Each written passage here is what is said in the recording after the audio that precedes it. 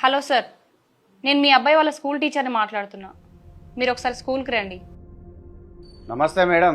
ఏంది మేడం జల్దీ రమ్మని ఫోన్ చేసిళ్ళు? నా కొడుకు ఏమన్నా చదువుతలేడా ఏంది? ప్రాబ్లం మీ కొడుకు చదువు కాదు, మీ కొడుకు నోరు.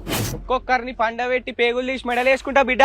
నీ బట్టలు ఇప్పి నడి బజార్లో ఉరికించుకుంటా కొడతా బాలీ బే. నాకే అడ్డం మాట్లాడతావా బే, నరుకుతా కొడుకా. ఇది సార్ మీ కొడుకు ప్రవర్తన. ఇది స్కూల్ అనుకుంటున్నాడా లేక అసెంబ్లీ అనుకుంటున్నాడా? Flash back.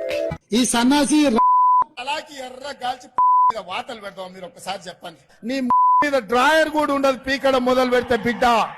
ఒక్కనొక్కని పండబెట్టి తొక్కి పేగులు తీసి మెడలేసుకొని ఊరేగుతాం బిడ్డ. ఇతనేరా మన నాయకుడు.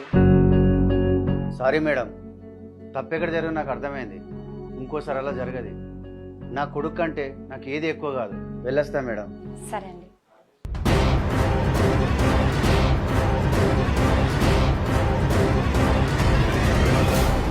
మర్యాద లేని నాయకత్వాన్ని గిట్లనే చెత్తకుప్పల వాడేయాలి.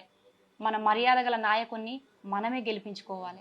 కారు గుర్తుకే ఓటు వేస్తామని చెప్పుతుండ్రు జనము రన్న టిఆర్ఎస్ ని కారు గుర్తుకు ఓటేద్దాం, తెలంగాణను కాపాడుకుందాం. జై తెలంగాణ.